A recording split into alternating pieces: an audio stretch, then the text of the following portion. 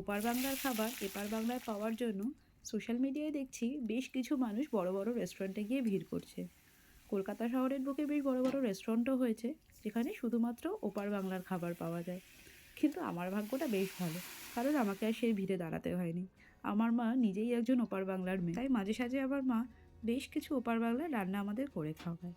আজকে যে রান্নাটা আমাদের করে খাইয়েছে সেটা হচ্ছে পুরান ঢাকার তেহারি। বিরিয়ানির সাথে কিন্তু সম্পূর্ণ আলাদা প্রসেস, যেমন বানানোও আলাদা তেমনি কিন্তু খেতেও স্বাদে অন্যরকম।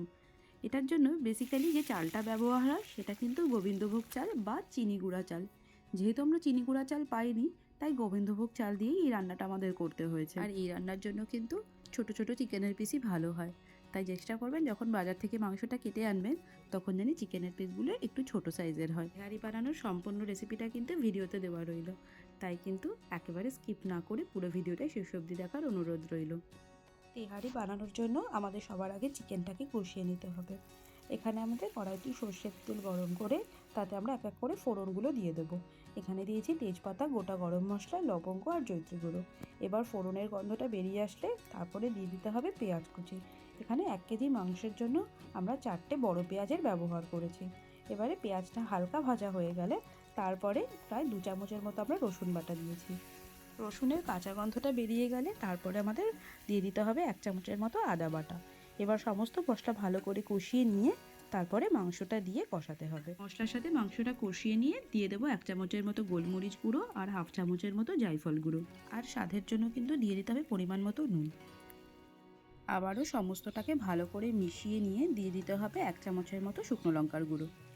এই মাংসে কিন্তু কোনো রকমের জলের ব্যবহার করা যাবে না, তাই কিন্তু কষিয়েই ভালো করে সেদ্ধ করতে হবে। এই পর্যায়ে কিন্তু মাংসটা নিচে লেগে যাওয়ার সম্ভাবনা থাকে, তাই কিন্তু খুন্তি আর থামানো যাবে না।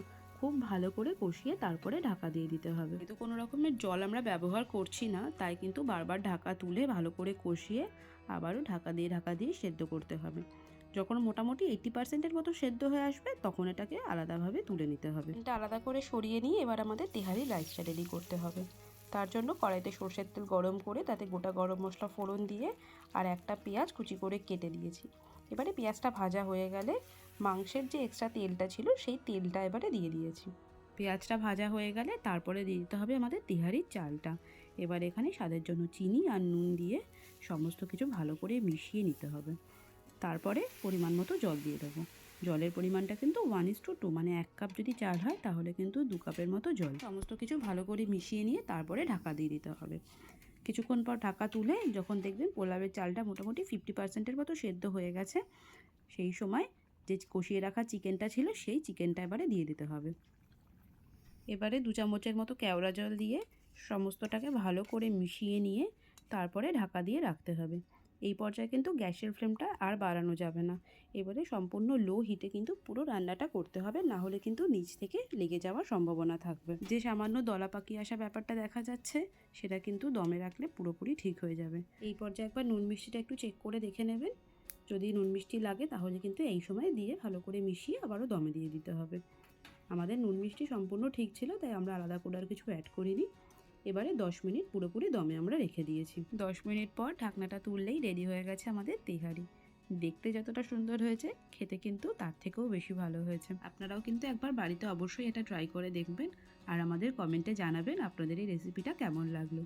আর যদি আমাদের এরকম ভিডিও আপনারা আরও দেখতে চান তাহলে আমাদের যে চ্যানেলটা রয়েছে সেটা কিন্তু অবশ্যই সাবস্ক্রাইব করবেন আর পাশের বেল বাটনটাকে কিন্তু ক্লিক করে রাখবেন, যাতে আমাদের এর পরের আপডেটগুলো আপনারা তাড়াতাড়ি পেয়ে যান।